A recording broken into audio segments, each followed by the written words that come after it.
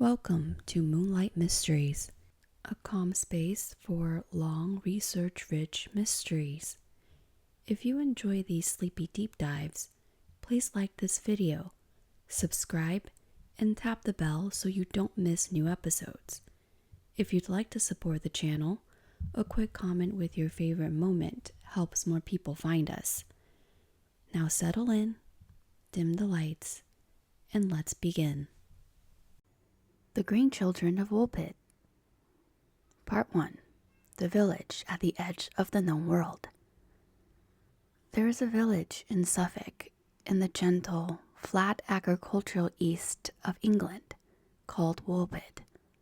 If you drove through it today, you would pass a church, a cluster of old houses, a village green that has probably occupied that precise spot in some form for nearly 1,000 years, and a sign at the road's edge that has become something of a quiet landmark for people who know what to look for. The sign is carved and painted, and it depicts two small figures. They are children, and they are green. Behind them in the carving, barely visible, is the silhouette of a wolf. The village chose these figures as its emblem, and in doing so, made a quiet declaration. Our most famous story is also our most inexplicable, and we have decided to lean into it rather than away from it. The children have been on that sign since 1977, when the village commissioned it to mark Queen Elizabeth's Silver Jubilee. They decided when the moment came to represent themselves in permanent form that the green children were the thing. The name Woolpit comes from wolf pit. That is not metaphor or ornament. In the 12th century, when the story is set, wolves still move through England's forests and heathlands as a practical daily threat. They were not shy creatures living at a comfortable distance from human settlements. They preyed on sheep, they preyed on cattle, and they were present enough in the landscape that villages took active measures against them. One of those measures was the pit trap, a deep excavation, carefully covered with brush and leaves and dirt, designed to catch wolves that wandered too close to the village perimeter. These were not small holes, they were substantial constructions, sometimes timber-lined, sometimes quite deep, designed to be impossible to escape once you have fallen in.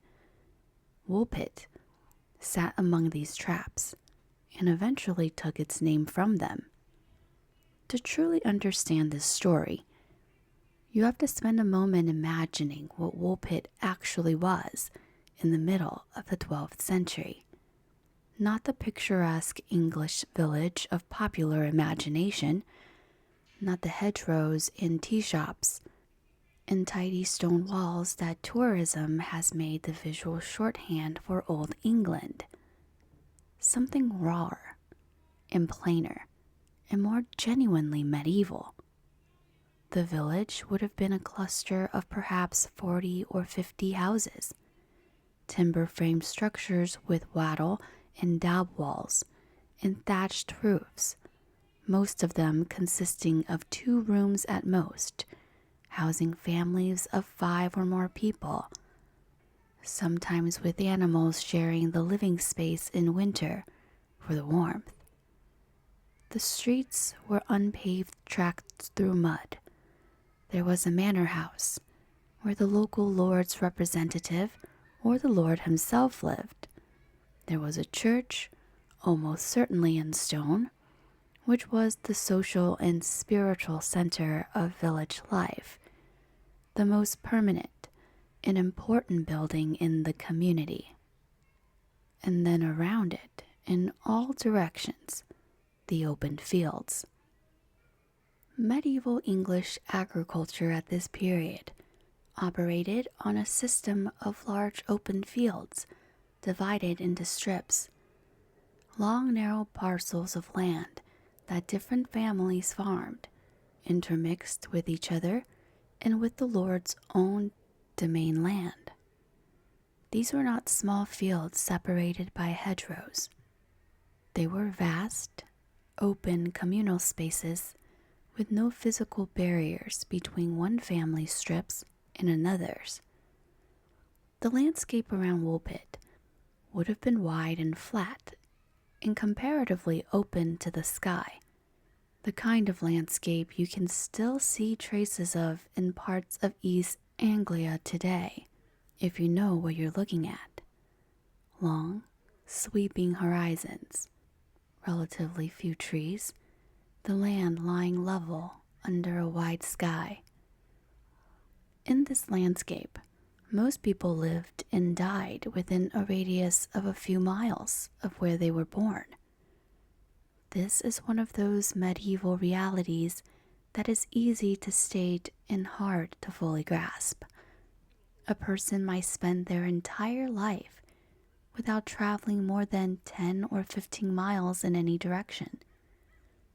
The next village, a few miles away, was a known place, but not a frequently visited one. The town of Bury St. Edmunds, perhaps 7 or 8 miles to the west of Woolpit, was a significant urban center by the standards of the time. A prosperous market town that drew traders from across the region and beyond. Anchored by the great Benedictine Abbey of St. Edmund, people from Woolpit might have been to Bury a handful of times in their lives, for market days, for major religious festivals, for business. This matters because it tells us something important about the language landscape of the region. When we think of medieval England as a place of foreign-sounding languages and incomprehensible dialects, we sometimes flatten that into a single, undifferentiated strangeness. The reality was more granular. The English spoken in one village could be noticeably different from the English spoken in a village 10 miles away. Different vocabulary, different pronunciation, different rhythms. Medieval dialects were genuinely distinct from each other in ways that have been largely ironed out by centuries of mass literacy, mass media, and population movement. The vowels were different. The grammatical structures diverged. Certain words simply did not exist in one community that were common in other. So a child from a village 20 miles away, speaking an unfamiliar dialect with unusual vocabulary, in a different sound, might genuinely be hard for the people of Woolpit to understand. And a child speaking Flemish, a genuinely different West Germanic language with its own grammar and vocabulary, would have been as alien as someone speaking a language from another continent. And yet, Suffolk was not by the standards of its time entirely isolated. The region sat within one of the most agriculturally productive and densely settled parts of rural England. The great Abbey of Bury St. Edmunds dominated the area spiritually, economically, and architecturally. A powerful Benedictine monastery with vast landholdings, rich with pilgrims and commerce, whose bells could be heard across the flat countryside on still days, and whose towers were landmarked for miles in every direction. The road that connected Woolpit to Bury and to the coast were trade roads, seasonally busy with carts and merchants and pilgrims, and the ordinary movement of medieval commerce. Suffolk's eastern coast meant it was threaded into the network of North Sea trade. And crucially, Suffolk had a significant population of Flemish immigrants. The Flemish had been coming to England in waves for generations, drawn by the wool trade. East Anglia had sheep in abundance, and the Flemish had expertise in weaving and cloth making that made them valuable settlers in the region's expanding wool economy. By the 12th century, there were whole communities of Flemish people in Norfolk and Suffolk, people who spoke Flemish at home, who dressed in their own tradition, who maintained their own culture while embedded in the larger English society around them. The people of Woolpit would have been aware of these communities. They would have encountered Flemish traders in Barry, possibly Flemish workers on the roads between villages. They were not entirely unfamiliar with the concept of foreignness, which makes what happened on Harvest Day, somewhere around the middle of the 12th century, all the more extraordinary. Because when the reapers at work in the fields near the wolf pits came upon two children crouching near the edge of one of the traps, they were not looking at any kind of stranger they had encountered before. These children were green. Part 2. The record of strange and prodigious events. Before we can tell the story itself, we need to sit with the source, because this is not, first of all, a fairy tale passed down through oral tradition and collected by folklorists centuries after the fact. This story was written down by serious, respected, literate men who were near contemporaries of the events they described, and it was written down not once, but twice, independently, by two authors working from different positions and drawing on different informants. That independent double attestation is central to the story's enduring power. You can explain away a single credulous monk, two careful historians working separately from different parts of the country, drawing on distinct sources, and arriving at substantially the same account. That is harder to dismiss. The first writer is William of Newburgh. He was born around 1136 and died around 1198.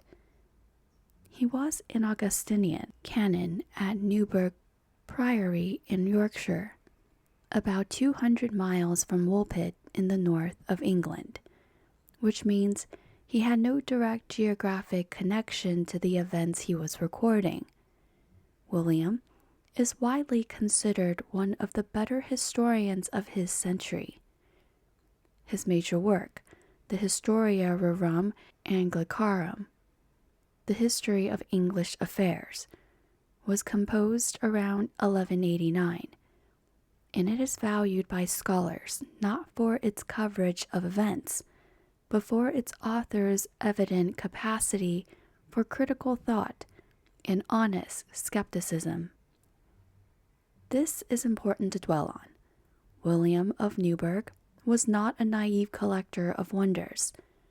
In his own writing, he explicitly attacks Geoffrey of Monmouth's famous stories about King Arthur, calling them fables that any sensible person should recognize as invention, not history. He distinguishes between stories he believes and stories he thinks are fiction, and he is not afraid to say which is which. He had standards, so when William sits down to write about the Green Children of Woolpit, he does so with a certain amount of visible discomfort. He introduces the account by essentially apologizing for its implausibility. He acknowledges that what he is about to describe sounds incredible, and then he explains carefully why he is writing it down anyway. He has heard the account from multiple sources that he describes as trustworthy. Multiple people, multiple testimonies, a pattern of consistent detail that he feels he cannot ignore. The weight of credible witness, he says, has compelled him to believe and record it. He was, he writes, overwhelmed by the consistency of so many competent witnesses. The second writer is Ralph of Coggeshall. He died around 1226, and by 1207 was serving as the sixth abbot of the Cistercian Abbey at Coggeshall in Essex, roughly 26 miles south of Woolpit. Ralph composed his Chronicon Anglicanum, the Chronicle of English Affairs, in the 1220s, somewhat later than William's account. But Ralph had something William did not, a direct, named source with personal connection to the events.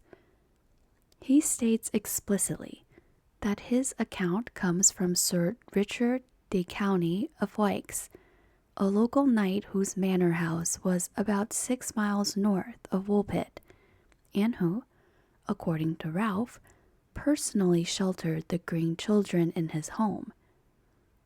Ralph had met Sir Richard. He knew him personally. He had also spoken with other members of the de County family, people who had been present during or close to the events. His account is grounded in named individuals and traceable geography in a way that William's is not.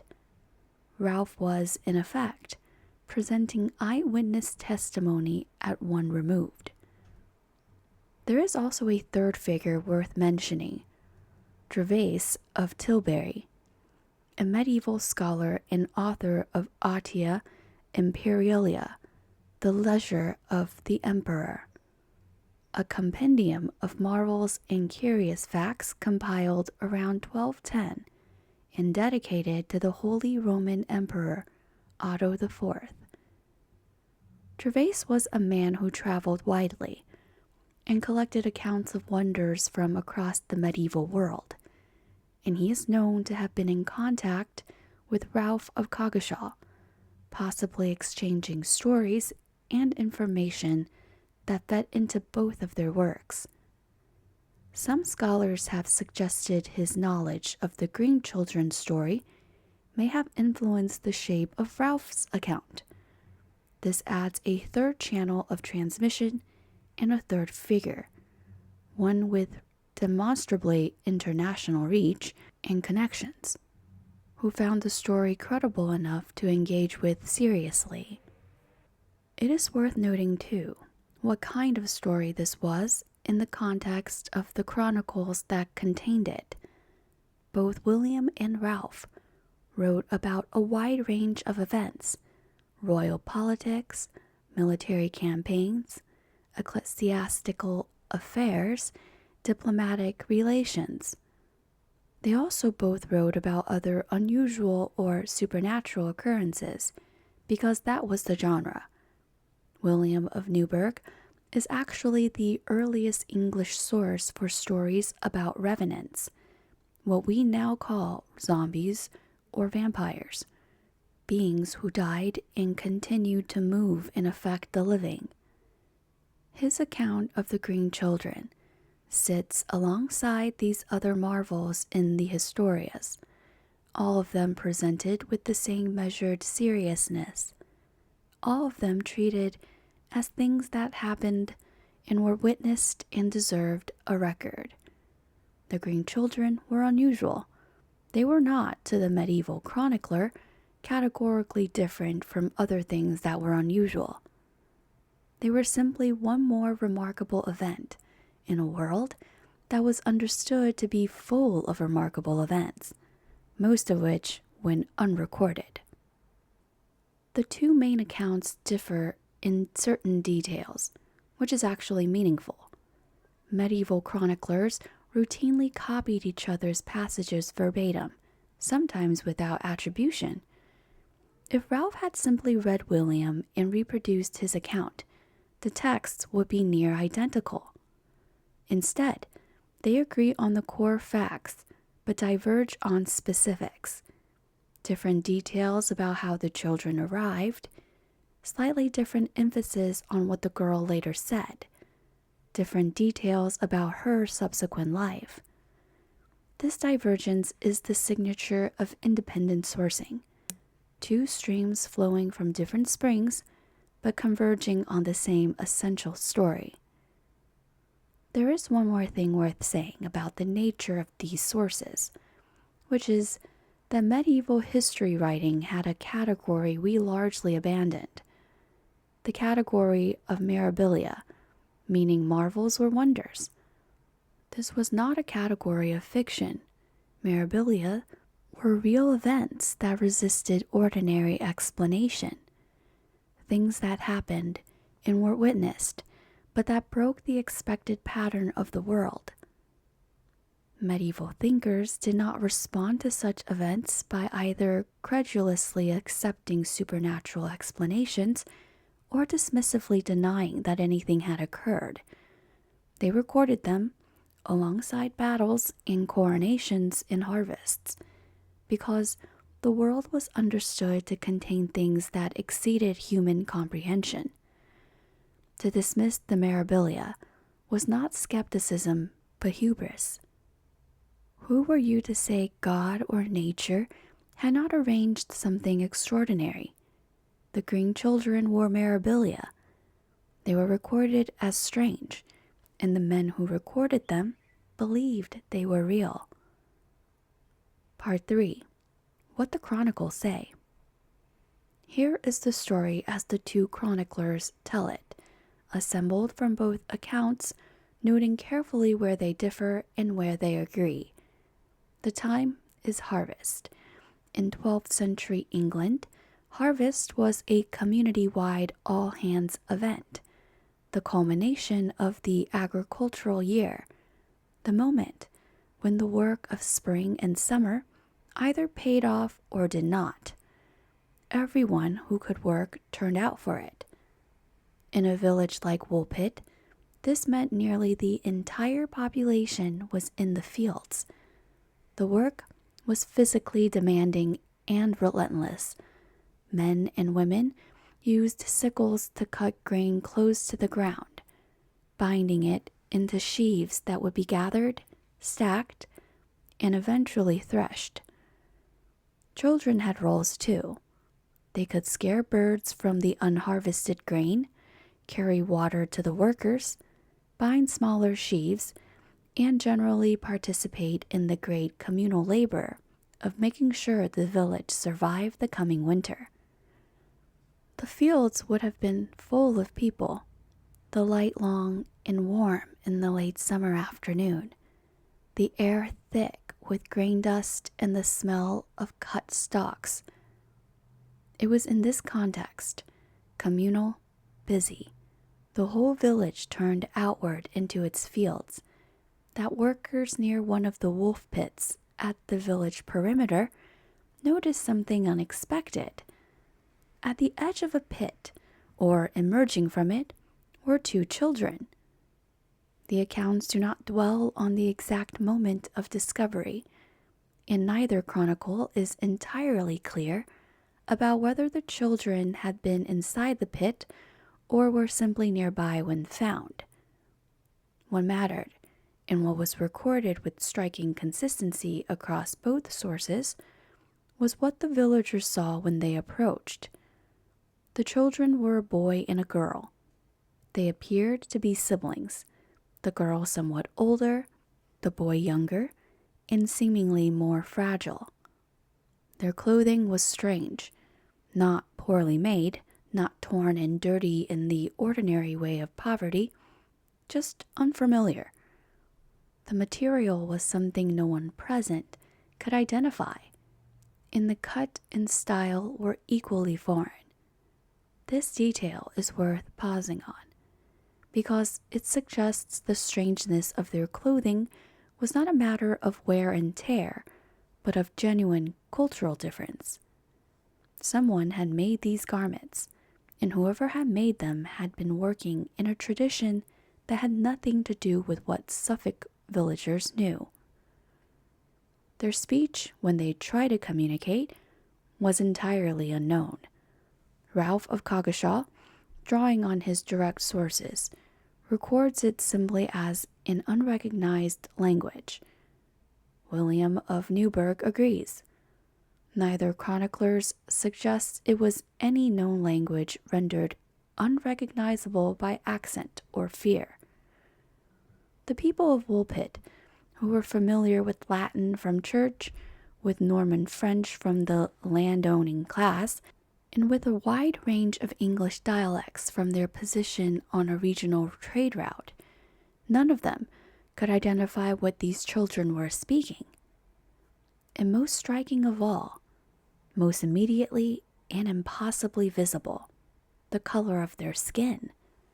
Both accounts agree that the children were green.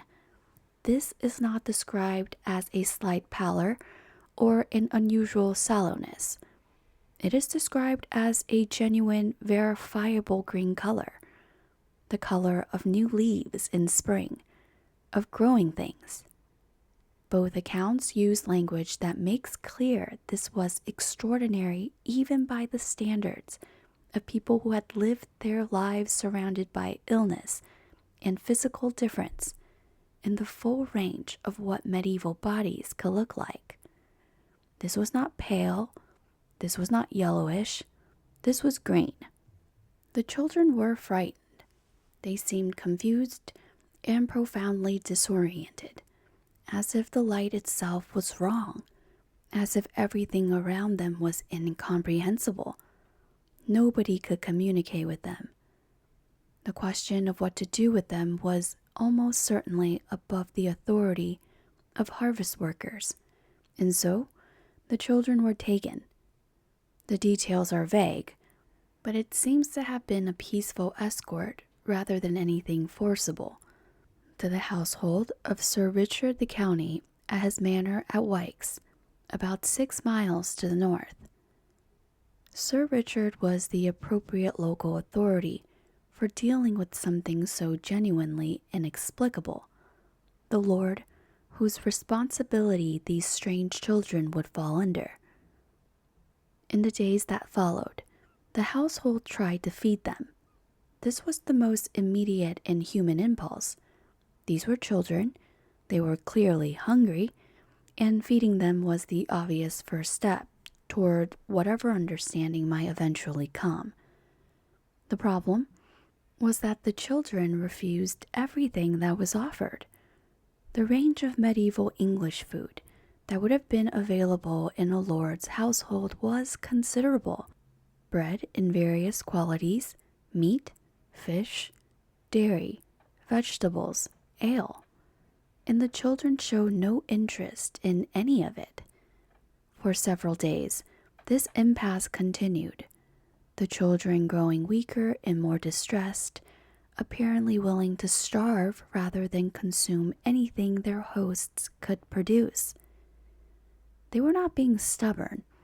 They were, it seems, genuinely unrecognizing. The food in front of them was not food to them. The breakthrough came through an accident of timing. Somebody brought in fresh broad beans, raw, still in their pods, just as they came from the field. The children's response was immediate and intense. They seized on the pods with obvious hunger. But then they hesitated, turning the pods over in their hands, apparently unable to find what they were looking for. After some observation, it becomes clear in the account that the children were searching for the beans in the wrong place. They were looking inside the stalks rather than inside the pods. Once someone opened a pod and showed them the small beans within it, the children ate eagerly and with obvious relief. For an extended period after this, weeks, perhaps months, beans remained essentially the only food they would consume. Raw green beans in their pods were the boundary of their diet. Everything else was refused or ignored. This detail has attracted enormous attention from later interpreters because it is so specific. This is not a general food refusal. It is a refusal of everything except one particular thing. And the confusion about how to open the pots suggests unfamiliarity with this variety, or with this stage of processing, as if they were accustomed to beans in some other form. Over time, the situation changed. Slowly, the children began to accept other foods. The girl moved from beans to other vegetables, to bread, eventually to the fuller range of what medieval English life had to offer. And as her diet expanded and improved, something else happened. The green color of her skin began to fade. Not quickly, this was a gradual process, measured in weeks and months. But clearly and unmistakably, the green leached out of her skin, and her complexion moved towards something more ordinary. The boy was different. He had been weaker from the start, more fragile, less responsive to the improving circumstances. His health did not improve in the way his sisters did. Both chronicles agreed that he died. Some versions say around the time of his baptism. Some say shortly after. The timing is slightly uncertain between the two accounts, but the outcome is not. The boy did not survive.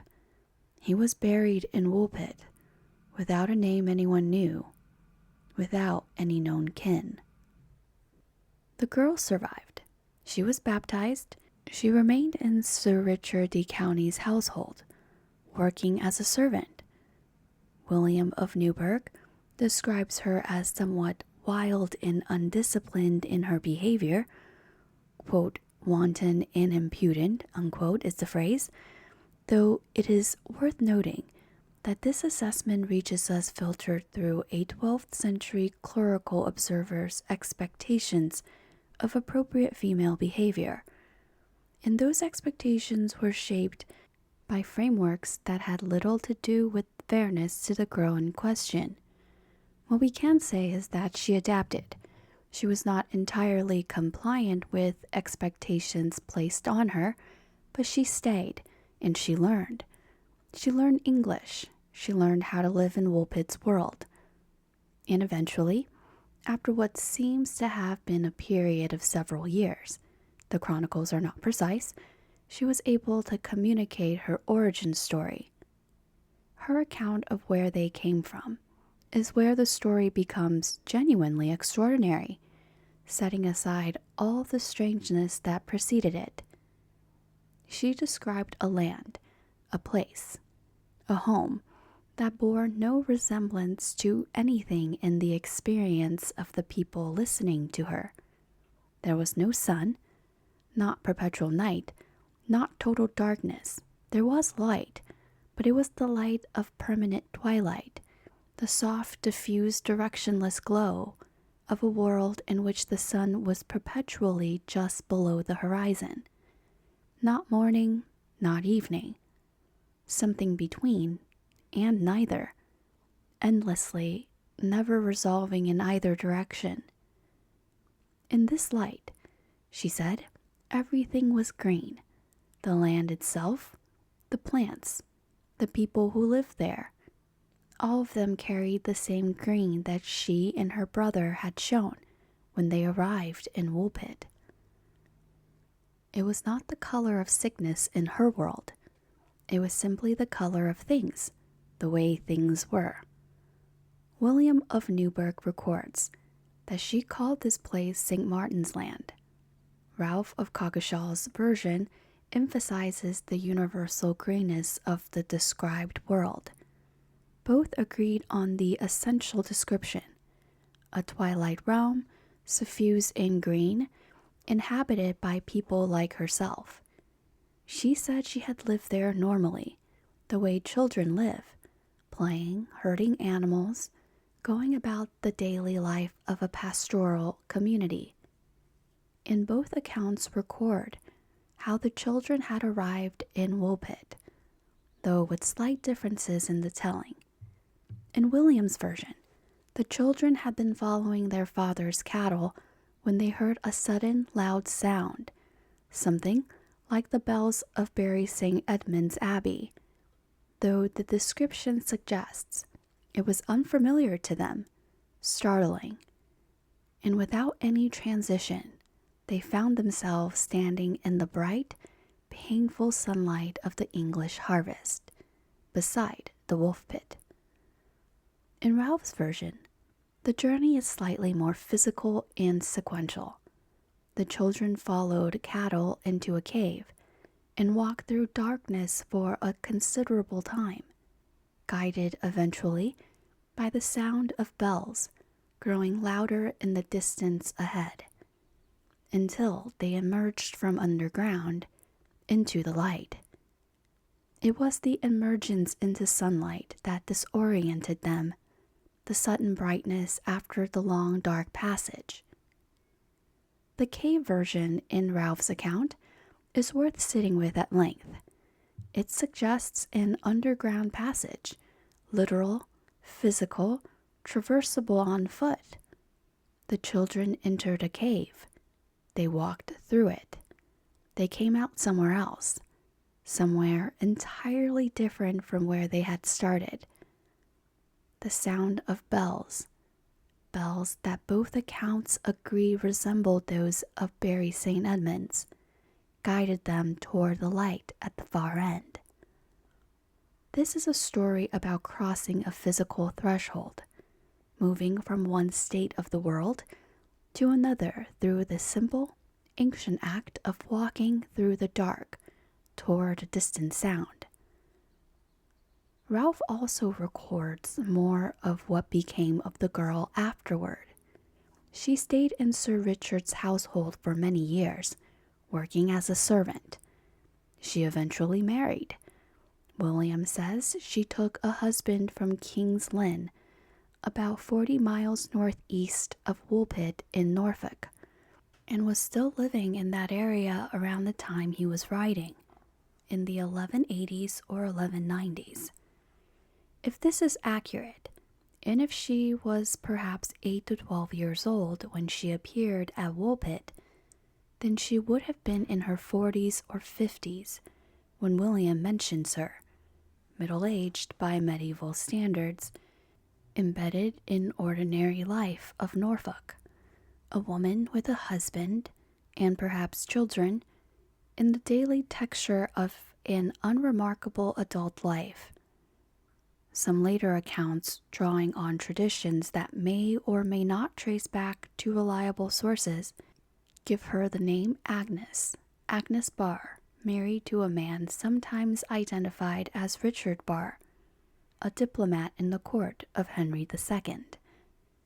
Whether this attribution is accurate or a later embellishment cannot be determined with certainty from the chronicle texts alone, but the name Agnes has attached itself to her in the tradition and is now part of how the story is told. Part 4. England in the Age of the Anarchy.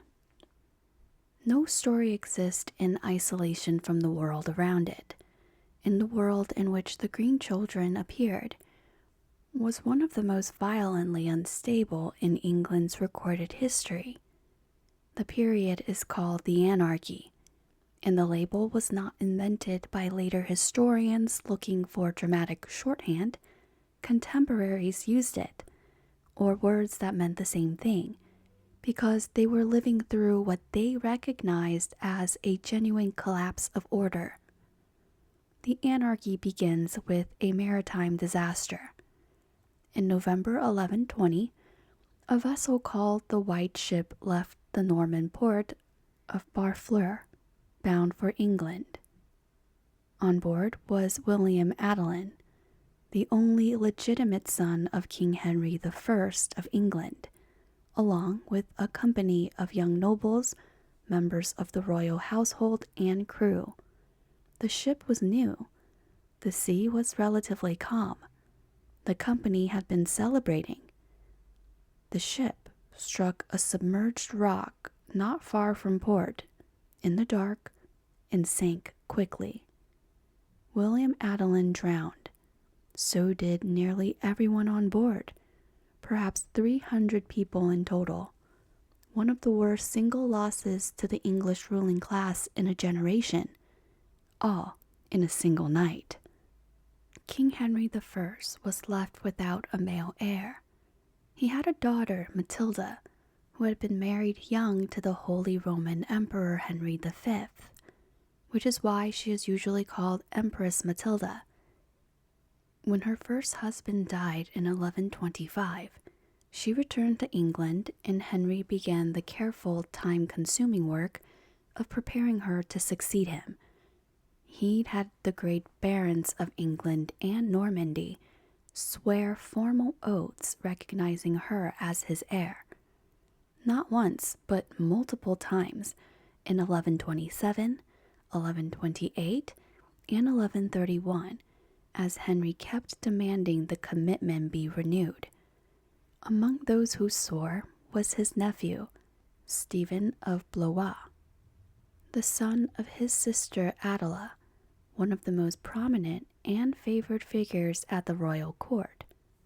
When Henry I died in December 1135, allegedly following a meal involving an excessive quantity of lamprey, a detail that medieval chroniclers seems to have found irresistible for its combination of the petty and the consequential. Matilda was in Normandy and not positioned to act quickly. Stephen, by contrast, moved with the speed and decision-making of someone who had been waiting for exactly this moment. He crossed the Channel almost immediately, sailed to England, secured the support of the church through his brother Henry, Bishop of Winchester, and was crowned king within 3 weeks of his uncle's death. He had broken his oath. He had set aside the recognized succession, and in doing so, he planted the seed of a war that would last nearly 2 decades and leave England in a condition that contemporary observers struggled to describe in terms adequate to the reality. The conflict that followed was a civil war in the most complete sense, not a clean military campaign with defined fronts and decisive engagements, but something pervasive and grinding and intimate, fought out in sieges and raids in the constant wearing disruption of ordinary life. Matilda had powerful supporters, most importantly, her half-brother Robert of Gloucester, one of the most capable military commanders in England. The fighting seesawed over years. Stephen was captured at the Battle of Lincoln in 1141, imprisoned for a time while Matilda moved toward a coronation, and then released when the political situation reversed and his queen and supporters successfully turned the tide. Neither side could land a decisive blow. The war continued. One of the most vivid lines from the period comes from the Anglo-Saxon Chronicle, which describes the time of Stephen's reign as 19 long winters, during which God and his saints were asleep. Another contemporary source, Hesta Stephani, documents a practice called wasting, the deliberate destruction of enemy territory by burning crops, slaughtering livestock, and displacing populations, turning productive farmland into scorched ruin. The historian Hugh Thomas has argued, examining the evidence carefully, that the period may have been even more violent than the chronicles suggest, that the accounts we have likely underrepresented the actual scale of disruption and suffering. What the anarchy meant for the ordinary people of England, the 90% of the population who worked the land, whose labor sustained everyone else above, who had no meaningful political agency in the contest for the crown, was devastation of a particular kind. Armies needed food, Mercenaries needed pay, and when pay was delayed, helped themselves. Castles proliferated, not royal fortifications, but private structures built by barons exploiting the vacuum of central authority to carve out their own territories and expand their own power at the expense of the people in their vicinity. Trade routes became unsafe, harvests were destroyed. The institutional fabric of daily life, the predictable rhythms of manorial obligation, market days, the reasonable expectation that the crops you planted would be yours to harvest, became unreliable in ways that undermined the basic sustainability of peasant existence. For the ordinary people of Suffolk, this had a particular texture. The county was geographically removed from the main theaters of conflict. Matilda's strongholds in Bristol and Gloucester, the castle warfare of the Midlands in the West Country. But no part of England was truly insulated from the period's disruption. Armies moved along roads that passed through East Anglia. Mercenaries, both sides used large numbers of them, many Flemish, moved through the landscape in ways that did not distinguish carefully between allied and enemy territory when they were hungry or poorly paid. And Suffolk had a specific vulnerability: its large Flemish population. The Flemish in East Anglia were skilled and economically valuable, but they were identifiably foreign. Their language was different, their dress was different, their customs were different. In times of stability, differences can be accommodated. In times of fear and scarcity and breakdown of order, difference becomes a target.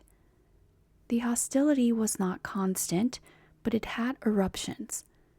One of the most significant came in 1173, after the worst of the anarchy, but still within the living memory of people who might have spoken to the chroniclers, recording the Green Children's story. At Fornham, a small place across the River Lark from Woolpit, about 11 or 12 miles distance, a force of Flemish mercenaries fighting for rebellion against Henry II was decisively defeated.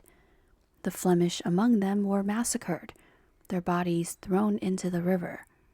This is a specific, datable historical event. It reflects a pattern of anti-Flemish sentiment that ran throughout the century. The name of that place is Fornham St. Martin. We will not be the last to notice that this is also the place whose name contains the word Martin. The broader picture of Flemish life in the 12th century East Anglia is worth rounding out because it matters to the story. The Flemish community in Suffolk was not a unified or clearly defined group. It was a collection of individuals and families who had come to England at different times for different reasons and who were at various stages of integration with the surrounding English population. Some had been in England for generations and were effectively English in every practical sense. Others were more recent arrivals, still speaking Flemish at home, still maintaining Flemish clothing and customs, still culturally distinct in ways that would have been visible to observers. Children in this community might have grown up speaking Flemish primarily, or they might have spoken a mixture of Flemish and English, depending on their household and neighborhood. The linguistic situation was, in other words, varied and unstable, which means that two children from a Flemish community might have spoken very little English at all, depending on exactly where they had grown up and what their family situation was. Part 5. Theories and explanations. Every generation that has encountered the Green Children of Woolpit has tried to explain them. What makes this story genuinely interesting and genuinely difficult is that none of the theories fully closes it. Each one solves for something and stumbles on something else. First, though a detail that tends to get buried, the girl's complete description of St. Martin's Land, as recorded by William of Newburgh, is more specific than the summary usually given. She said the sun did not rise on their countrymen. Their land was little cheered by its beams. They were contented with the twilight that among us precedes sunrise or follows sunset. And then, this is the part that rarely gets full attention, she said that a certain luminous country could be seen, not far distant from theirs, divided from it by a very considerable river. The luminous country across a river is a remarkable addition. It means St. Martin's Land was not simply a dark underground realm. It was one place among at least two, a twilight land adjacent to a bright land separated by water. The girl could see the bright land from where she came from, but she was not from it. She was from the dim place next to it. This is a specific, structured geography, not simply a vague description of underground darkness. It changes the shape of every explanation. The Flemish refugee theory. The most historically grounded explanation was developed in detail by researcher Paul Harris in a 1998 article in Fortean Studies, though the essential idea had been circulating before his article gave it systematic form. Harris proposed that the Green Children were Flemish orphans, most likely from Fornham St. Martin, the village about 11 miles from Woolpit, whose name contains the word Martin. Walk through what this theory requires you to accept, because the fit is surprisingly good on several fronts. Two children, orphaned or separated from their family by the violence of the period, during the anarchy or its aftermath, or during the anti-Flemish violence of Henry II's reign. They speak Flemish. To English ears in a 12th century Suffolk village, Flemish would have been completely unintelligible. This is easy to underestimate because we live in a world saturated with contact between languages. In a medieval Suffolk village, a child speaking Flemish would have produced sounds that nobody present had any framework for. The language barrier alone could easily have been recorded as speaking an unknown language, because to the people of Woolpit, it genuinely was. Their clothing. Flemish weavers and textile workers produced fabric in styles and weaves specific to their own tradition. Someone who had never encountered Flemish dress would genuinely have been unable to identify the material or the cut. Not because it was magical, because it was foreign in the most literal sense. Their skin. Malnourished children can develop a condition called chlorosis that turns their skin greenish. And if these children had been living rough in the forest for weeks or months, that condition is exactly what we would expect. We will examine the medical science in detail shortly. Their refusal to eat unfamiliar food. Children under extreme stress in alien environments cling to the familiar with remarkable intensity. Broad beans were a staple crop throughout East Anglia and would have been recognizable to children from a Flemish farming community. The improvement in the girl's color, consistent with iron deficiency anemia, resolving as nutrition improves. The death of the boy, weaker, younger, more severely affected, possibly past the point of recovery, and St. Martin's Land itself. Harris proposes that a traumatized child learning English imperfectly and trying to describe her home across a language barrier produced something that listeners eventually resolved into St. Martin's Land, a garbled rendering of Fornham St. Martin. Thetford Forest, which lies between Fornham and Woolpit, would in its dense interior genuinely have had the quality of permanent green-tinged twilight. The region's underground mine passages and flint workings, some ancient, some in active use, could have provided the cave through which the children traveled. And the River Lark runs between Fornham and the wider region, which could be the considerable river the girl described separating her land from the luminous country beyond it. The luminous country in this reading might simply be the open farmland of Suffolk, brighter than the forest, separated from where the children had been hiding by the width of the river. The Flemish refugee theory is genuinely compelling.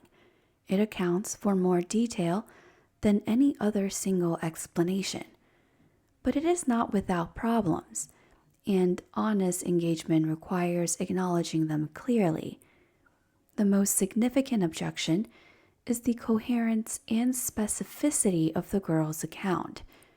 The description of St. Martin's Land is not the garbled output of a confused child struggling to describe a nearby village.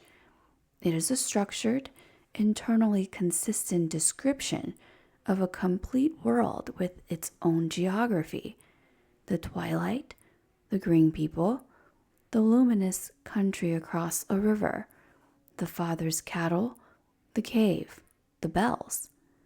A theory that requires all of this to be dismissed as translation error, childhood confusion, and embellishment is not accounting for all the evidence.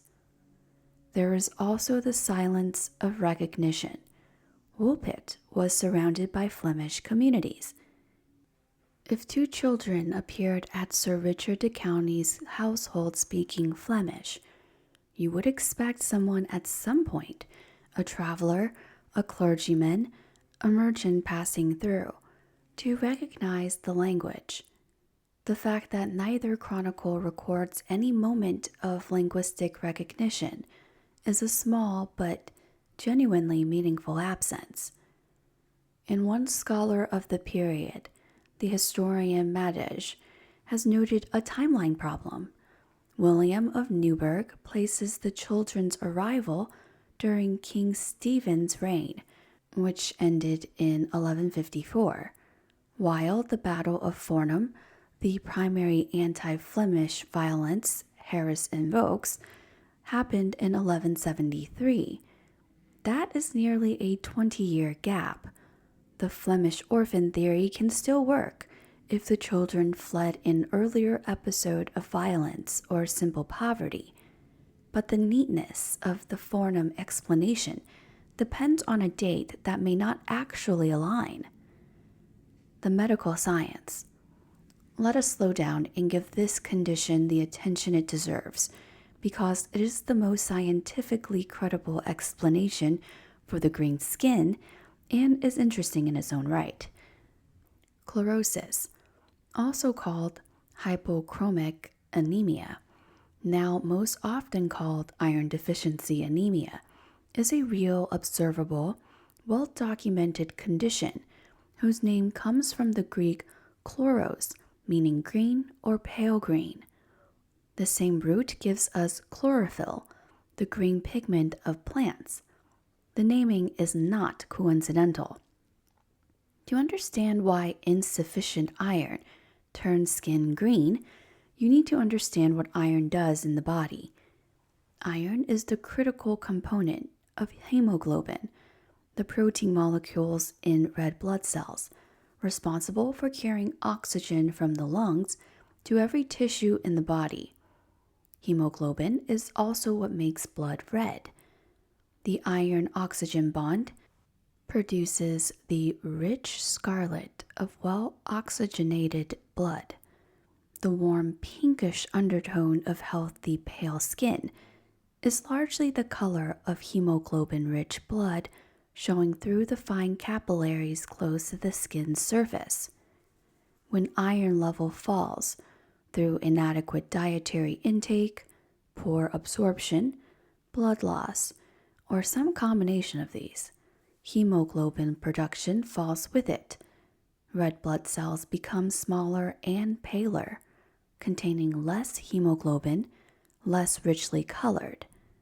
The blood becomes what medicine calls hypochromic, literally undercolored.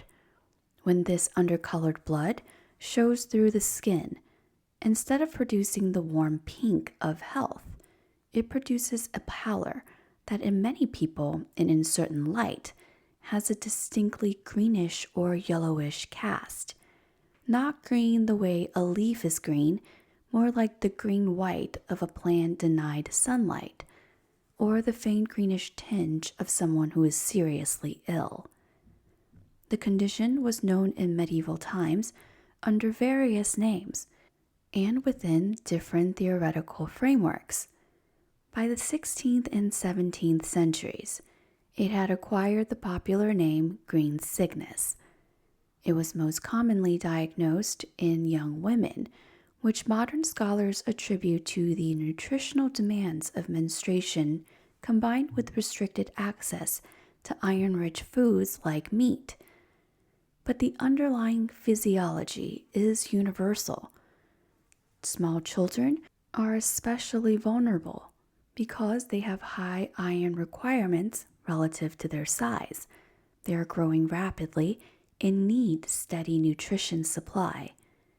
Children who have been surviving on inadequate food for weeks or months, or lost, or refugee children might easily have done, are exactly the population most at risk of developing iron deficiency, severe enough to show in the skin.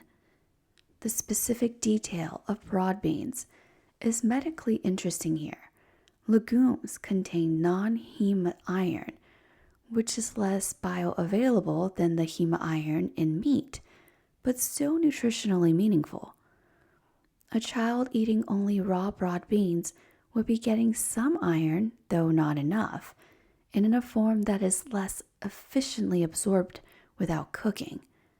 But if children had been effectively starving before they found the beans, even this partial nutrition was an improvement. Then, as their diet expanded to include more varied foods, as the chronicles describe happening over weeks and months, iron intake would have increased steadily, hemoglobin levels would have risen, red blood cells would have normalized, the green would have faded.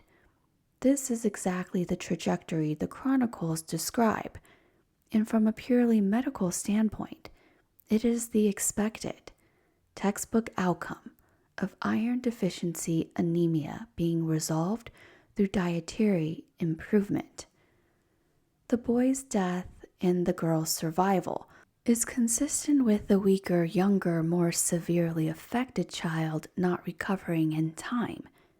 Iron deficiency anemia impairs immune function and heart function and reduces cellular energy production. A severely anemic child in 12th century England without modern diagnostics or iron supplements would have been genuinely at risk from infection that a healthier child would survive.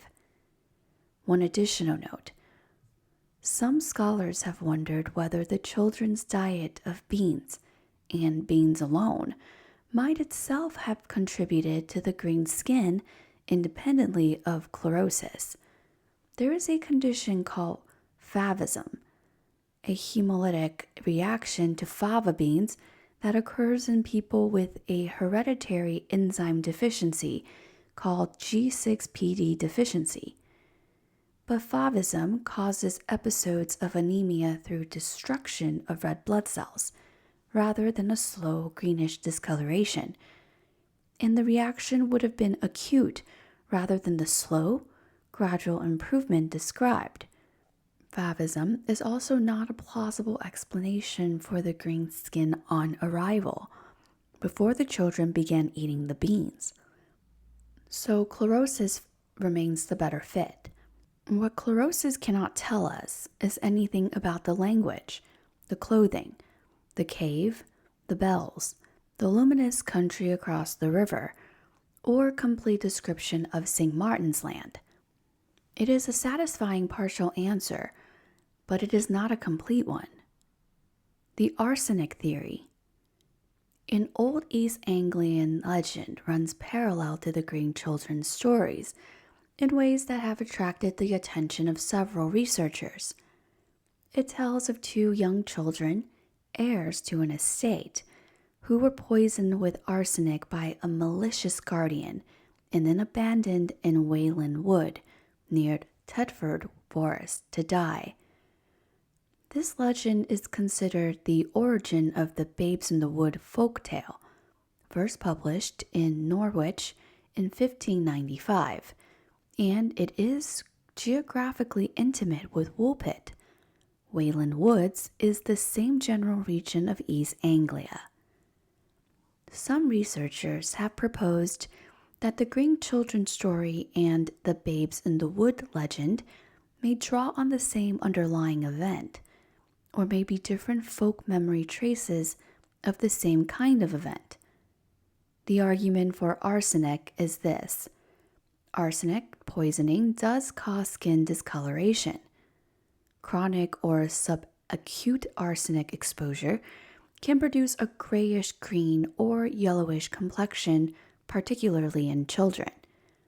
It can also cause severe neurological symptoms, confusion, delirium, weakness, disorientation, altered behavior that might, to observers who had no idea what they were looking at, have appeared as strange or alien behavior. A child poisoned with arsenic and then abandoned in the forest, surviving against the odds, might well have appeared both discolored and profoundly confused. There is a certain narrative power to this theory. It accounts for the abandonment, the color, the behavioral strangeness. A modern Suffolk tradition specifically merged the Green Children story with the Babes in the Wood legend, suggesting the children had been poisoned by a cruel uncle. Their skin turned green, and they wandered into Woolpit. The theory has significant problems, though. Arsenic poisoning is not resolved by improving the diet, the way iron deficiency anemia is. The mechanism is completely different. The gradual sustained recovery described for the girl over a period of months, tied clearly to improved nutrition, is not the clinical picture of arsenic toxicity resolving. And the coherent, detailed, structural, consistent account she eventually gave of St. Martin's Land does not fit well with a theory that requires her to have been neurologically impaired during her time at Woolpit. The arsenic theory is worth knowing about, and the possible connection to the Babes in the Wood tradition adds a layer of East Anglian folk history that is genuinely interesting, but it is probably not the primary explanation for the children's condition. The feral children hypothesis. A more unusual theory holds that the children had been living as feral children, orphaned or abandoned very young, surviving in the wild in proximity to wolves or in underground caves, outside the structures of human society altogether. This would explain several things: the cave reference in Ralph's account, the complete unfamiliarity with prepared food, the apparent absence of recognizable language, and the chlorosis that would result from malnutrition, existence without access to normal diet or sunlight. The hypothesis even has a specific local version.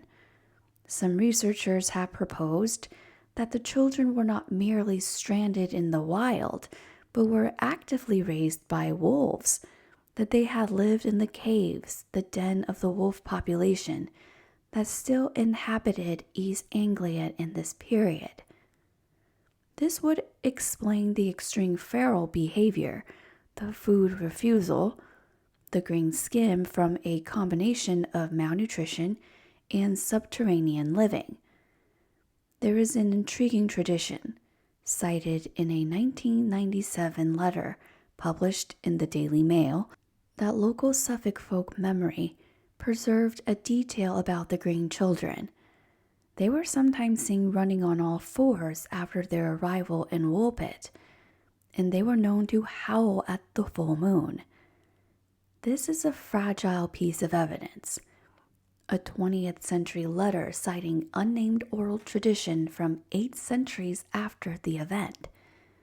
But it floats persistently in the background of the feral children discussion.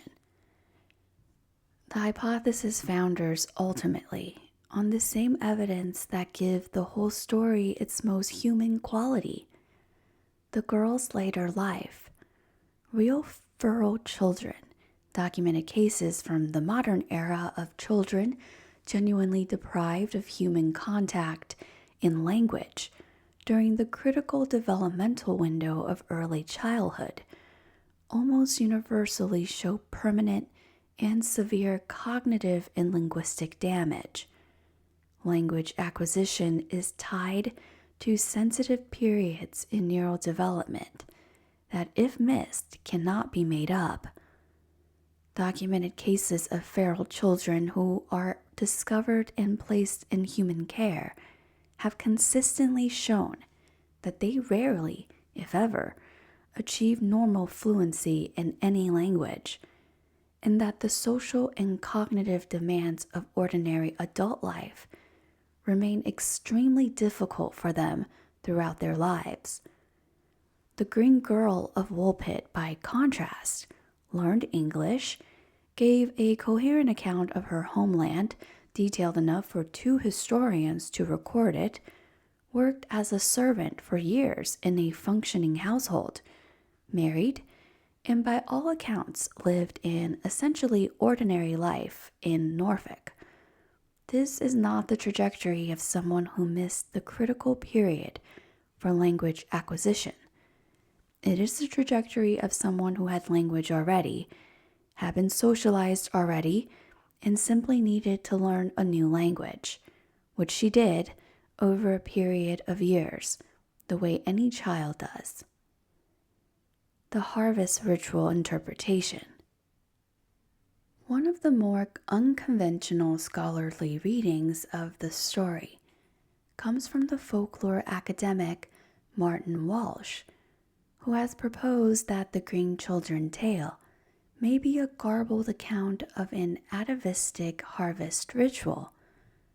Walsh argues that the references to St. Martin are significant. Martimas, the feast of St. Martin of Tours, falls on November 11th, just 9 days after All Souls' Day, and in medieval Germanic and Celtic culture, this transition period had long associations with the boundary between the living and the dead. In this reading, St. Martin's Land is not a geographical place at all, but a ritual or a symbolic realm, the land of the dead, or the land of the harvest spirits, associated with the feast of St. Martin in the agricultural calendar. The children, in Walsh's interpretation, arrived at harvest time and were associated with the ritual drama of the harvest season, in which symbolic figures representing the spirit of the grain or the boundary between worlds played a role in folk ceremony. Their green color would, in this reading, be the green of vegetation, the color of the agricultural year's fertility, not the color of illness. The beans acquire additional significance in this framework. Broad beans had deep and ancient association with death. In European folk tradition, they were used in funerary rites, They were eaten during the Lenten fast as a replacement for bread. In some cultures, they were placed at the threshold of houses during the days when the dead were thought to walk. K.M. Briggs, the folklore scholar, explicitly calls them the food of the dead. A child who ate nothing but broad beans and came from a land of twilight could, within this symbolic framework, be read as a representative of the dead, or of those who had spent time in the realm of death and returned. The harvest ritual interpretation is not a theory about what actually happened. It does not propose that the children were literally spirits of the dead. It is a reading of the story as a culturally saturated text, a narrative that drew on existing folk symbolism so powerfully that the symbolism may have shaped how the events were perceived, recorded, and transmitted. Whether the Green Children were real people or a folk construction, the story as we have it is densely woven with the symbolic fabric of medieval East Anglian agricultural culture. The folkloric interpretations. Before the scientific era, before medical hypotheses, before the harvest ritual interpretations, the Green Children were understood through folklore, and it would be a mistake to treat this as simply a category of error to be corrected by better informed modern thinking. The folkloric frameworks through which medieval and early modern people interpreted the children are genuinely interpretive traditions, and they contain something that purely naturalistic explanations consistently struggle to account for: the structural and symbolic coherence of the girl's account. The most immediate folkloric category is the tradition of fairy beings, people from a parallel world, sometimes underground, sometimes in a twilight realm at the margins of the known world, who occasionally cross into the ordinary human world through specific thresholds. This tradition is ancient, widespread, and remarkably consistent across different regional traditions in the British Isles. The fairy world is described in nearly identical terms, adjacent to the human world but separate from it, accessible through caves, hollow hills, fairy mounds, bodies of water, or the borders between cultivated land and wild. Time moves differently here. The people have unusual coloring, unusual dietary habits, unusual speech. They are disoriented and pained by full sunlight. The wolf pit fits this framework in a way that would have been immediately legible to a medieval English audience. Deep holes in the ground at the exact boundary between the cultivated village and the wild land beyond are precisely the kind of liminal threshold space through which the other world traditionally communicates with ours. The wolf element matters too. Wolves in 12th century England occupied a specific place in the symbolic imagination, creatures of the forest edge associated with darkness and transformation. The village of Woolpit had built its entire civic identity around managing this boundary, capturing what came from the wild. That the children emerged at the wolf pits is either coincidence or a meaningful detail about where the boundaries between worlds were understood to be most permeable.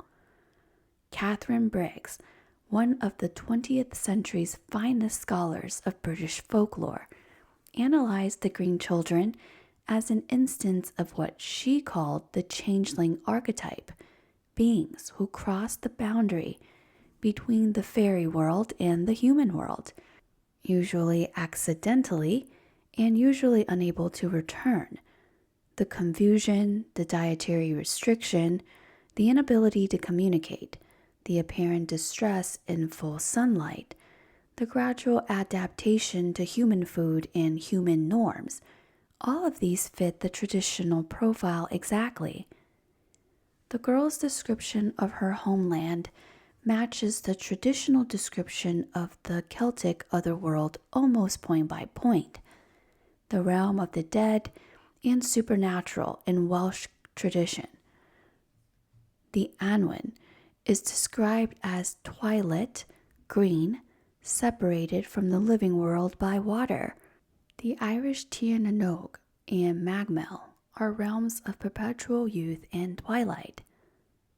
The green color of the children connects to a very old layer of British and Celtic symbolic tradition, in which green is the color of the otherworld, of the fairy folk, of those who have touched the margins of death and returned. There is also the question of what Saint Martin means in this folkloric context. Saint Martin of Tours, a Roman soldier who converted to Christianity and became one of the most beloved saints in medieval Europe, was the patron saint of weavers and tailors, and significantly, the patrons of several cities in Flanders. Saint Martin was the patron saint of both Groningen and Utrecht, and Martinmas was among the most important feasts in the Flemish calendar. This connection supports the Flemish theory, but Martinmas also fell in the period just after All Souls' Day, and All Souls' Day during the 9 days when the medieval calendar, the boundary between the living and the dead, was considered unusually thin. In several folk traditions, St. Martin's feast marked the transition from the living season to the dying season, from the warm half of the year to the cold. In Anne Wood's scholarly interpretation, St. Martin's Land may specifically reference the land of the dead, not the fairy otherworld exactly, but the Christian underworld, the realm of souls awaiting judgment, seen from the margins rather than from within. The luminous country across the river fits into this framework with almost uncomfortable precision. Across the river that separates the dead from the living, across the river Styx, across the water at the edge of the world, there lies a land of light. The girl was not from the luminous country. She was from the dim place next to it, separated from the light by the water she could see but not cross. This is one of the oldest images in human mythology, the underworld visible from the margins, the bright realm across the impassable river. Whether this means the girl was literally describing an experience of the afterlife, or whether the symbolism of her account was shaped by the interpretive frameworks of those who transmitted it, or whether both things are simultaneously true in some sense, these are questions that cannot be resolved. But the structural resonance of her description, the deepest layers of British and European cosmological tradition, is too precise and too detailed to be coincidental. Something about what she said, or something about how it was heard and recorded, produced a geography of the dead.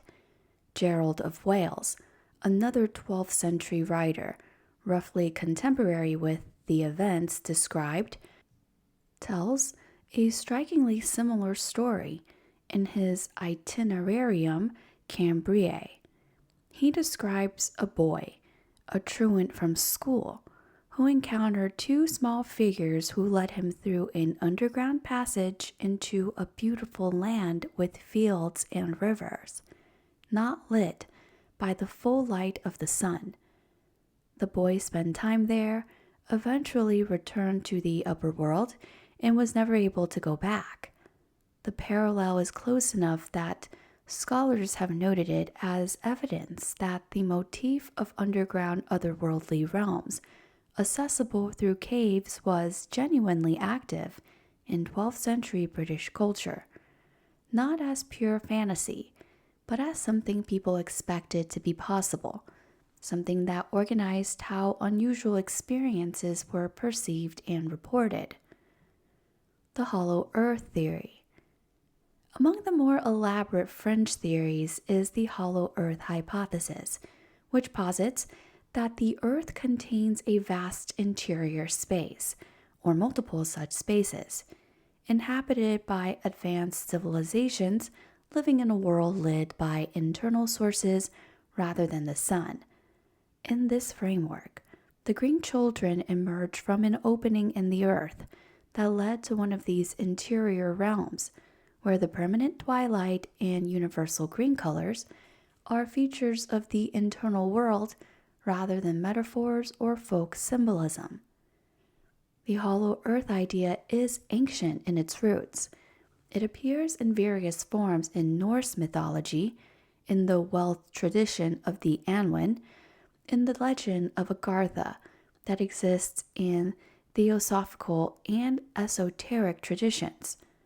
But it was developed as a pseudoscientific proposal most elaborately in the 18th and 19th centuries. The American John Cleve Symes, Jr., proposed in the early 19th century that the earth was hollow, inhabitable within, with openings at the poles. Jules Verne's Journey to the Center of the Earth gave the idea its most famous literary form.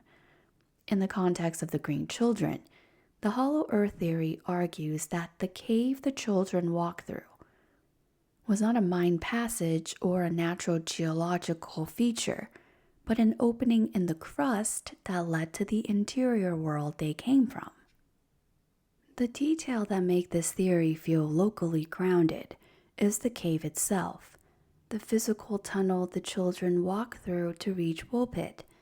If you take the account literally and ask what kind of underground passage could have connected a world of permanent twilight to the Suffolk countryside, the hollow earth hypothesis offers one answer: the fact that there are genuinely no suitable long cave systems in the immediate vicinity of Woolpit has been noted by researchers, including Duncan Lunan, as a problem for every naturalistic cave theory, which means that if you accept the cave as literal rather than metaphorical, you need to account for a passage with no obvious geological origin. The hollow earth theory cannot be evaluated against empirical evidence in any meaningful way. It requires accepting premises that modern geology and geophysics have made essentially untenable. The interior of the earth is not hollow, is not habitable, and has no openings at the poles or elsewhere. But it is worth understanding that for people in earlier centuries who accepted the girl's account at face value and who had no modern geological knowledge, the underground realm she described was not obviously impossible. An underground world of permanent dim light, where green-complexioned people herded cattle and heard no sun, was not a less reasonable hypothesis for medieval or early modern people than it might seem to us. The extraterrestrial and synchronous orbit theories. The most systematically developed of the otherworldly theories is Duncan Lunan's.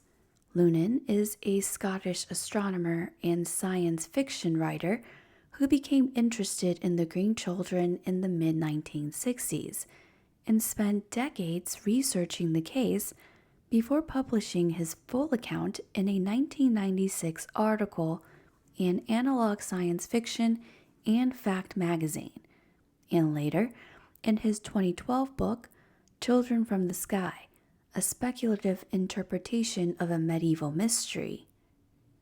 Lunan's theory is considerably more specific and internally consistent than a simple "they were aliens" claim.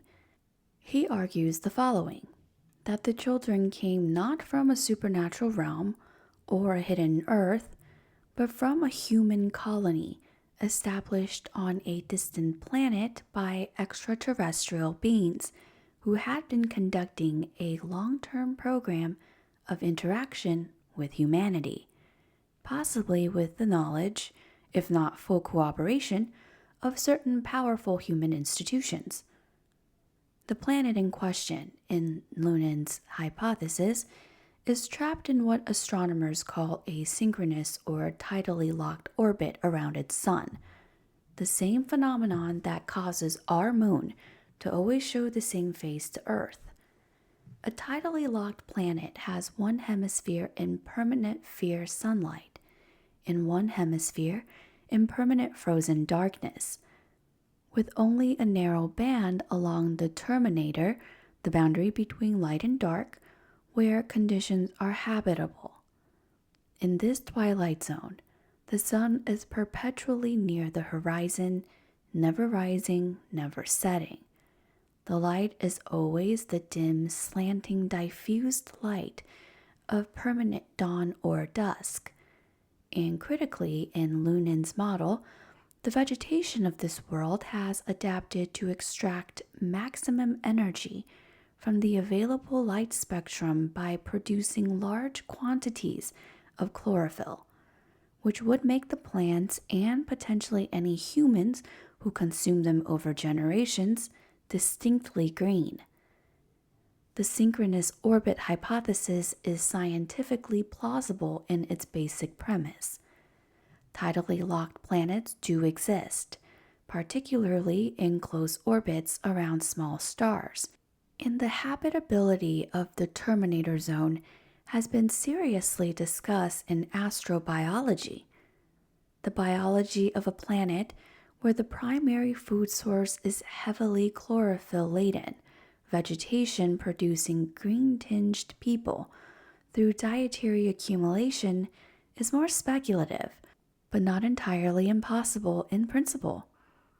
In the description of St. Martin's Land, perpetual twilight, universal green, a luminous country visible across a river, which Lunan interpret as another part of the planet, perhaps the daylit hemisphere seen from the terminator, maps surprisingly well onto this astronomical scenario.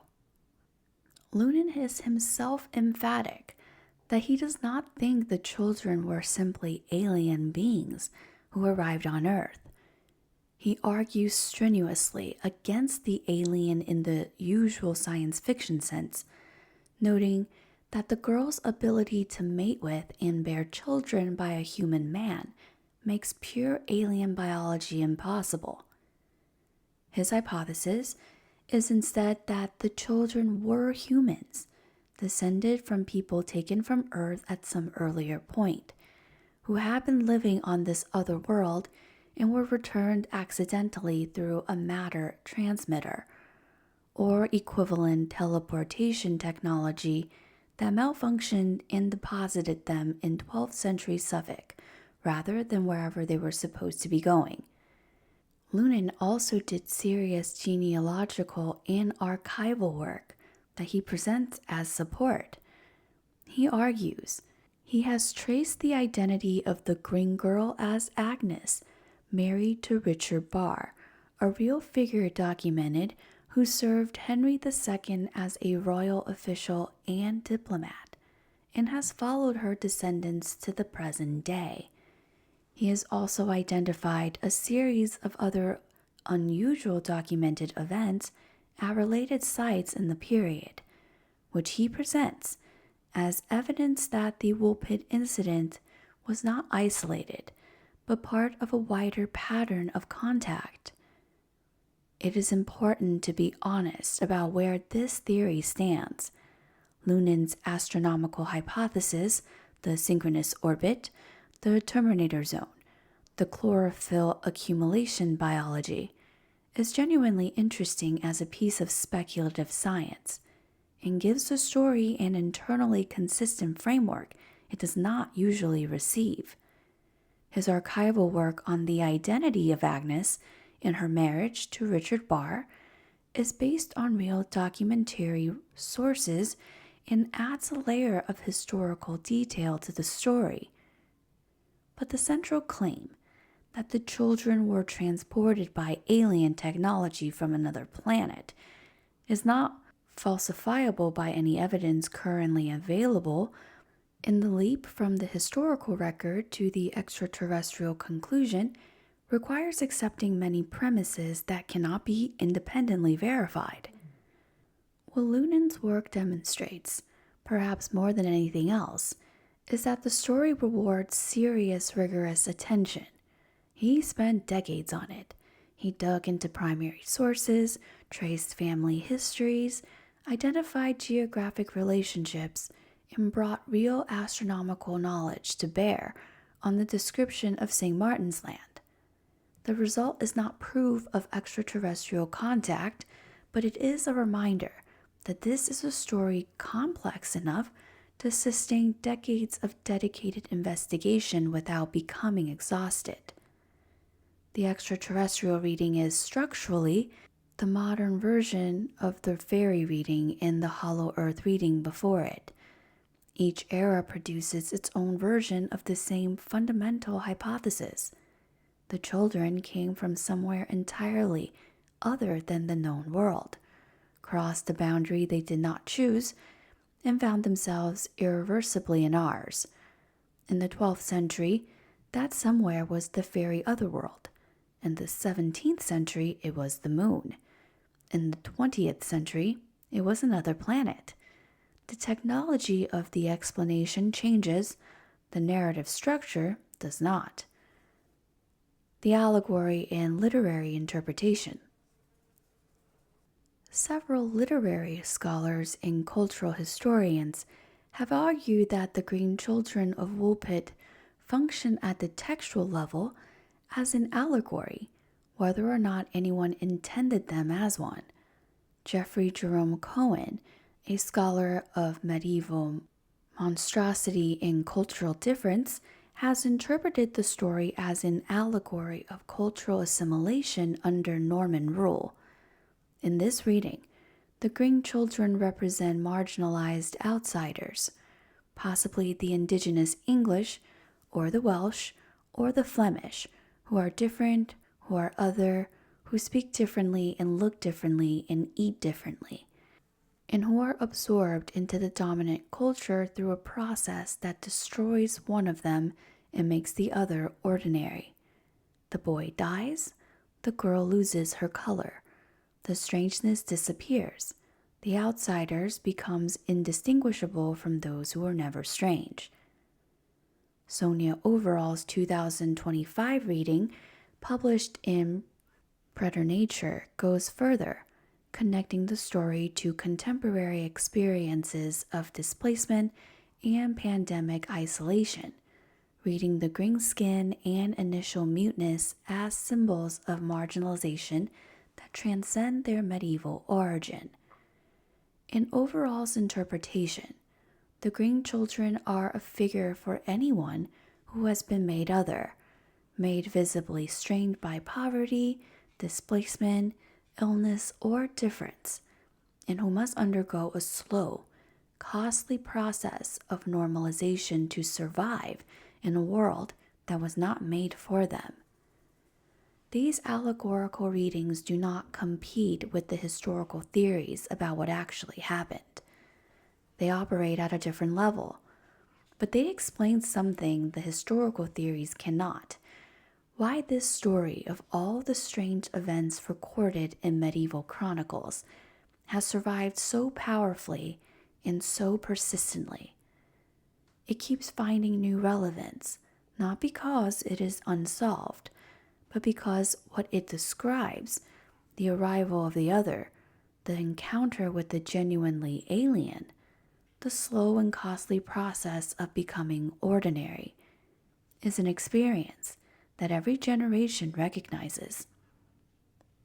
Part 6. The story's long afterlife.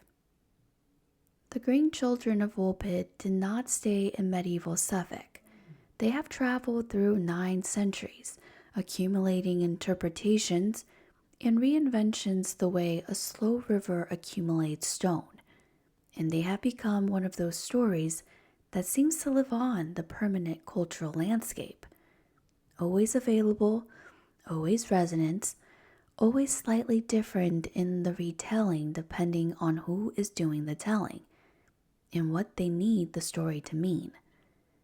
The first major post-medieval engagement comes from William of Camden's Britannia of 1586, the great Elizabethan survey of Britain's antiquities and geography. Camden, with the skepticism of a Renaissance humanist, concluded the story was a hoax and the product of medieval credulity. He was probably too hasty, but his engagement tells us the story had enough currency 4.5 centuries after the events to require addressing by a serious scholar. You do not argue against things nobody is saying. Robert Burton, in his magnificent and eccentric Anatomy of Melancholy of 1621, offered the most whimsical of the early interpretations. The children had fallen to earth from the moon. Burton was a clergyman and scholar of spectacular erudition and considerable personal strangeness, and his book is a compendium of practically every idea that has ever occurred to any European intellectual about any subject. His moon hypothesis sits alongside discussions of love and jealousy in music and architecture and the nature of madness, in the context of a broader playful speculation about whether other worlds might be inhabited. Francis Godwin, Bishop of Hereford, published his Man in the Moon around 1629, treating the children as evidence of visitors from elsewhere in what is sometimes called one of the earliest works of English science fiction. The story went comparatively quiet in the rational, skeptical 18th century, when Enlightenment values made wonders and marvels less fashionable subjects of serious attention. But it returned with energy in the 19th century, as the antiquarian and folkloric movement began systematically collecting and studying the folk traditions of England. Thomas Keightley included Ralph of Coggeshall's account in his Fairy Mythology of 1828, treating the children as part of the broader fairy tradition he was mapping across European cultures. They appeared in collections of Suffolk folklore, in the notes of local historians, in Victorian discussions of changeling lore. They settled into the identity of the county as one of its characteristic and beloved oddities. The 20th century brought the story into contact with literary modernism in a way that gave it new depth and seriousness. Herbert Reed, the poet and art critic, who was one of the central figures of English cultural life in the mid-20th century, published a novel called The Green Child in 1935. Reed's novel is not a retelling of the Woolpit story exactly. It is a more oblique engagement, following a man who follows a green-tinged woman upstream against a river's current into an underground world, an Odyssean or Orphic journey into purity and stillness. Reed uses the framework of the green child as a symbol of what the ordinary world might be trying to return to, an ideal of simplicity and permanence that the surfaces of modern life obscures. The novel is strange and genuinely beautiful, and it demonstrates the story's capacity to open onto philosophical questions that have nothing directly to do with medieval Suffolk. Kevin Crossley Holland, who is perhaps the English author most persistently associated with the story across the longest arc of time, published his first retelling in 1966 and has returned to it across a 50-year career. His 1994 retelling, told from the girl's point of view, is one of several works that have recognized the particular richness of her perspective. The experience of losing your world, your language, your brother, your color, your strangeness, and finding yourself gradually and irreversibly becoming ordinary. What does it feel like to have been green and to no longer be green? What do you lose when the strangeness fades? What remains in ordinary Norfolk life of the twilight world? The community opera, The Green Children, composed by Nicola Lefanu with a libretto by Crossley Holland in 1990, took the story into live performance for the first time in any formal sense. Lefanu's score includes deliberate gap, in which a child orchestra is invited to insert its own improvised material. The performers are children, the gaps in the music are theirs to fill. This is a compositional decision of real beauty. A story saturated with irresolvable gaps is given musical form that incorporates incompleteness as a structural feature, inviting the performers themselves to become part of the account. The children in the orchestra become proxies for the children in the story, adding their voices to a telling that has always needed voices we do not have. In more recent scholarship, the story has been examined with increasing methodological sophistication. John Clarke's The Green Children of Woolpit chronicles fairies and facts in medieval England from the University of Exeter Press in 2024 is currently the most comprehensive scholarly treatment available. Clarke brings together paleographic analysis of the chronicle texts, archaeological evidence from the region, detailed knowledge of Suffolk's 12th century social history, and careful engagement with the folkloric tradition to produce the most thorough mapping of the known territory. He does not solve the mystery. That is probably impossible, but he traces every available path through it with great care. Sonia Overall's 2025 article in Preternature, Critical and Historical Studies on the Preternatural, reads the legend through a contemporary allegorical lens, interpreting the green skin and initial muteness as symbols of alienation and marginalization, drawing connections between the medieval story and the experiences of displacement, otherness, and the difficulties of integration that are not limited to any single century. This kind of reading, politically engaged, philosophically serious, alert to the story's contemporary resonance, represent one of the more interesting recent directions in the scholarship, and it highlights something that any honest engagement with the Flemish refugee theory also implies. The Green Children may always have been, at some level, a story about what it means to arrive somewhere without being recognized, to be foreign, to speak a language no one around you can understand, to be visibly different in a way that cannot be hidden or explained away, to need care from people who have no framework for your strangeness. This story keeps finding new relevance because the experience at its heart is not particular to the 12th century or to medieval Suffolk. People arrive in strange places speaking strange languages, looking different from those around them, every day and in every era. The Green Children of Woolpit are perhaps the most vivid medieval instance of an experience that has no age. Part 8. What Remains. There is a quality that the best mysteries have, the ones that endure and cross centuries, and it is not simply that they lack solution. It is that they resist easy dismissal. Every time you think you have the explanation, something slips loose. The Flemish orphan theory is compelling and probably contains truth, but it cannot quite account for all the details. The chlorosis explanation works for the skin, but not for the story.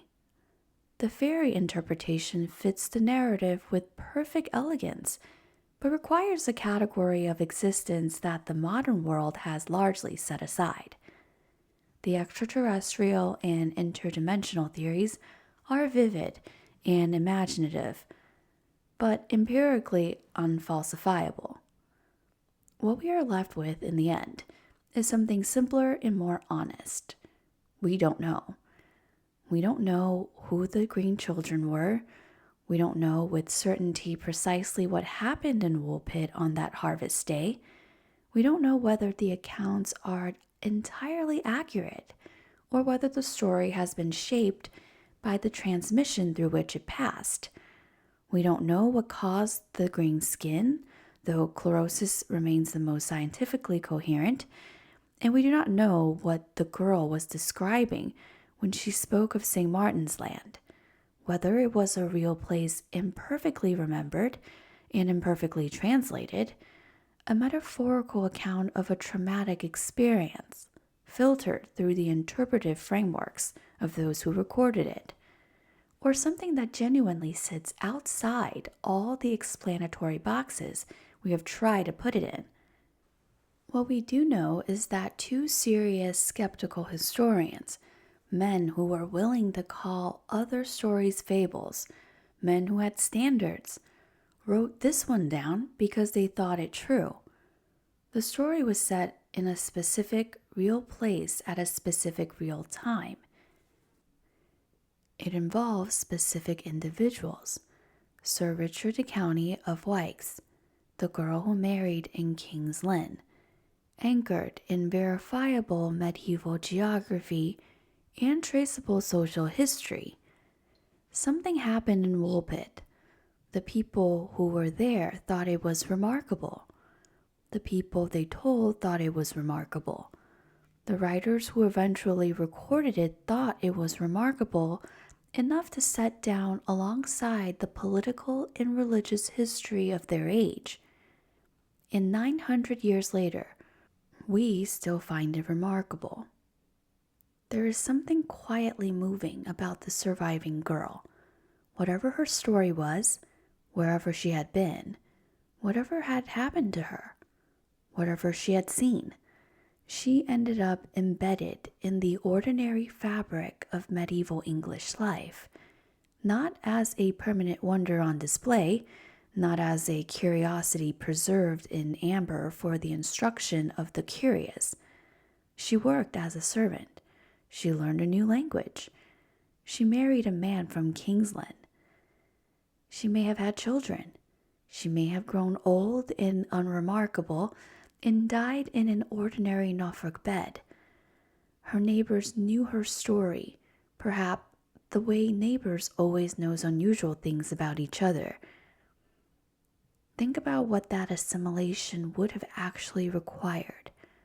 The girl arrived unable to communicate, unable to eat, visibly different from everyone around her, having just lost her brother in whatever world she had known.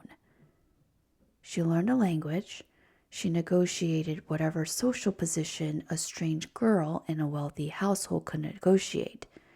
She was described as impudent and wanton, which in the context of 12th century social expectations probably means she did not behave with the meek compliance expected of a servant girl. She had too much self to suppress it easily. And eventually she married. She made a life. She became a person in the world in the way that the story almost neglects to notice. So busy it is with the mystery of where she came from. The fact that she was described as wanton and impudent is, in a strange way, one of the most humanizing detail in the entire account. It tells us she was not broken by what had happened to her. She was difficult. She was herself. Whatever she had been through, whatever crossing she had made, whatever loss she had sustained, she retained enough of herself to be judged as having too much personality. In 900 years of retelling, that detail has rarely been given the attention it deserves. Conclusion. Woolpit can be found in mid-Suffolk, between the market towns of Stowmarket and Bury St. Edmunds, roughly 60 miles northeast of London. It remains a small village, perhaps not so very different in scale from what it was in the 12th century, though obviously transformed in every other conceivable way. The Church of St. Mary of the Woolpits still stands, its structure largely dating from the 13th and 14th centuries, built on a site of continuous Christian worship that extends back to the period of the story and beyond. Inside, there is medieval craftsmanship, carved stone, ancient wood, that provides a direct physical continuity with the world in which the children appeared. The church is still in active use. People still worship there on Sundays, as they have been doing for nearly a millennium. The wolf pits themselves are gone. They were filled in gradually over centuries. First because wolves became rarer as England's forests were cleared and the land was tamed. Then because the pits themselves became hazards rather than protections. And eventually because the landscape changed so completely around them that they simply disappeared under the accumulation of later history. Where exactly they were is probably unknown now, a matter of local speculation rather than documentary record. The village sign remains at the entrance to Woolpit, the two green children looking out toward whoever is arriving. It is a matter of fact knowledge that the play's most famous story is also its most unresolved, that something happened here that cannot be fully explained, and that the village has decided to carry that uncertainty with a certain equanimity, even with a certain pride. There is wisdom in that choice. Not everything that happens in a place can be explained. Not everything that is real can be made to fit the available framework. Woolpit has chosen to put its inexplicable children on the sign at the road, rather than pretending they did not happen or insisting they have been explained. It says, "This is part of what we are. We do not know what it means, but come on in." The Abbey of Bury St. Edmunds, whose bells may have guided two lost children through the dark all those centuries ago, stands in ruins in the town's center. The great Benedictine monastery was dissolved in 1539 during Henry VIII's Reformation, its wealth seized, its monks dispersed, its buildings gradually stripped for stone by people who needed building material more than they needed monastic architecture. What remains today are substantial ruins in a public garden, in a later medieval gatehouse that defines the entrance to the Abbey precinct. The bells of Bury St. Edmunds still ring today, carried by a different tower into the same Suffolk air, over the same flat green landscape, across the same fields where, on a summer's day in the 12th century, reapers looked up from their work and found two small green figures crouching at the edge of the pit, frightened and bewildered, and impossibly strange. History is full of things that happened, were witnessed, were written down, and still cannot be fully explained.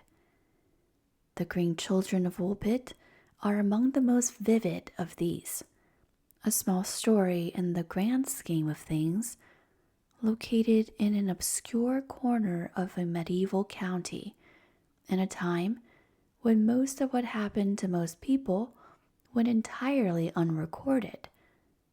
And yet, the story has survived. It has outlasted the civil war it was born into.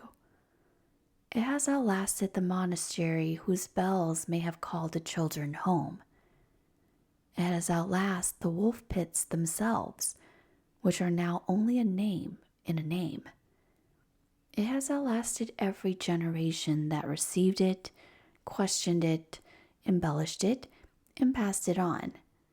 It asks a question that no answer has yet fully satisfied. And so it keeps being asked, generation after generation, centuries after centuries, each asking, adding something to the cumulative weight of human curiosity around this one small persistent mystery. Who were those children, and where did they come from? We may never know, but the asking keeps something alive in the asking. A small green light at the edge of the known world, just past the last wolf pit, just where the path goes into the dark.